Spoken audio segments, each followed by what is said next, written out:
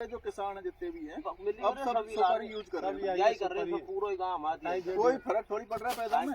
चलो यही जानना था आपसे, धन्यवाद। क्या जरूर है फसल। किसान भाइयों नमस्कार। किसान भाइयों आज हम उमरी में हैं और उमरी ग्राम पंचायत गंगापुर सिटी के अंदर आती है, जिसमें हमारे कुछ किसान हैं और हम उनके खेतों पे विजिट कर रहे हैं। तो अभी किसान गेहूं की फसल की तैयारी कर रहे हैं और गेहूं की फसल बुआई से पहले जो उसमें बेसल डोज तैयार किया जा रहा है। अक्सर हमारे किसानों में एक बहुत बड़ी भ्रांति है डीएपी को लेकर के कि डीएपी नहीं होगा तो फसल का उत्पादन नहीं होगा, ऐसा हमारे किसान सोचता है। लेकिन ये जो हमारे किसान है ये सिंगल सुपर फास्फेट, जैसा कि आप देख रहे हैं, ये सिंगल सुपर फास्फेट में इन्होंने यूरिया को मिक्स किया है और यूरिया को सिंगल सुपर फास्फेट को दोनों को मिला करके अपने खेत में ये उसको भुरकाव कर रहे हैं, बिजाई कर रहे हैं।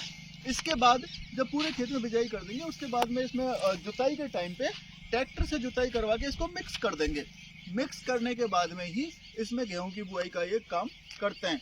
तो आपको मैं बताना चाहूंगा कि जैसे कि डीएपी, आप पहले कभी डीएपी यूज कर रहे थे क्या? पहले किस में करते थे, मतलब उराई में या खेत में पहले ही बीजते थे? उराई में काम ले रहे थे ना। अब आपने पिछले साल जैसे जो किया था उराई में डीएपी उपयोग करते हैं, वो ज्यादा सही है? 2-5 साल से बंद हो जब यार 2-5 साल से आपने डीएपी लेना करते ही बंद कर दिया।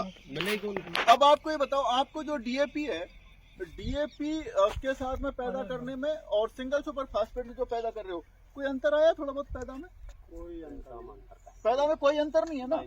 तो आप एक तो जो डीएपी का कट्टा लेते थे महंगा आता था, 1300-1350 रुपए का कट्टा वैसे आता था। और उसके अलावा आप उसमें 2 ही पोषक तत्व मिलते थे। अब आपने डीएपी का काम में लेना बिल्कुल बंद कर दिया और डीएपी की जगह आप क्या क्या मिलाते हो, कैसे कैसे करते हो? यूरिया और रखंडा। रखंडा के कितने कट्टे ले रहे हो आप? 1 बीघा में 1 कट्टा। और यूरिया 10 कितना? अब तो बतावे दुकानदार तो 5 किलो ले रहे, हम 10 किलो ले लें। अच्छा, 1 बीघा में 10 किलो 15 किलो तक यूरिया भी अपन ले लेते हैं। 10 किलो अपन यूरिया ले रहे हैं और उसको खेत में मिक्स अभी एक बार बीज देंगे और बीजने के बाद में फिर अपन इसको जुताई करवा देंगे। फिर उसके बाद फिर गेहूं जो ओढ़ते हैं यहाँ पे, तो ओढ़ने में 2 पेटी रहती हैं। तो दोनों पेटियों में एक में तो गेहूं डालते हो, दूसरे में क्या डालते हो? पहले डीएपी आओ, डीएपी बंद हो गई। डीएपी आपने बंद कर दिया है, बिल्कुल डीएपी अपन नहीं ले रहे हैं, तो फिर खाली गेहूं अपन ओढ़ सकते हैं। बहुत से किसानों का ये मानना है कि डीएपी मतलब जो गेहूं की ओराई करेंगे तो उसमें कोई ना कोई खाद डालना पड़ेगा।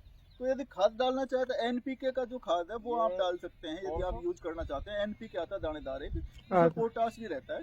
यदि ज्यादा जरूरत है तो वो डाल सकते हैं, यदि नहीं जरूरत है तो सिंगल सुपर फास्फेट और यूरिया के साथ आराम से बुआई कर सकते हैं। आप कितने सालों से बो रहे हो सिंगल सुपर फास्फेट? 2-4 साल हो गए। 2-4 साल से लगातार बो रहे हो। क्या अंतर आ रहा है पैदा में? पैदा में कोई फर्क नहीं पड़ा ना। तो डीएपी यदि नहीं मिले तो भी कोई फर्क नहीं पड़ता। आप लोग कोई डीएपी की लाइन में जाके लगते हो सब डीएपी चाहिए? गए नहीं ना अब दुकानों पे डीएपी के चक्कर में, क्योंकि रखोंडा से पैदा बढ़िया हो रही है, जमीन भी हमारी अच्छी रह रही है और डीएपी बंद हो जाए तो अच्छा रहे, आपका ये मानना है? हाँ, तो डीएपी से जमीन भी खराब होती है। अच्छा, उसके वजह ये ज्यादा ठीक है ना। अब गेहूँ थोड़े अच्छा है। अच्छा, गेहूँ भी अच्छा निकलता है इसमें। डीएपी और बकेला में जब कोई दाना ज्यादा गिर जाए तो बता गेहूँ कौन मतलब डीएपी ओढ़ने के साथ। अच्छा, आप ये कह रहे हैं कि जो ओढ़ते टाइम डीएपी यदि डालते हैं तो हो सकता है कि गेहूं का जो अंकुरण है, जर्मिनेशन है, गेहूं कम उगता है, ऐसा आपका मानना है। और सुपर फास्फेट के साथ बहुत से ज्यादा ओढ़ दे नहीं, हाँ, जब बस रुक जाएगा, बस से गेहूं रुक जाए। और इसके साथ में आप जो कर रहे हो, इसके साथ में पहले बात ये कोई दिक्कत नहीं, गेहूं पूरा उगेगा। पूरा तो डीएपी अच्छा था ना हमें। अच्छा, ये ज्यादा बढ़िया है। अब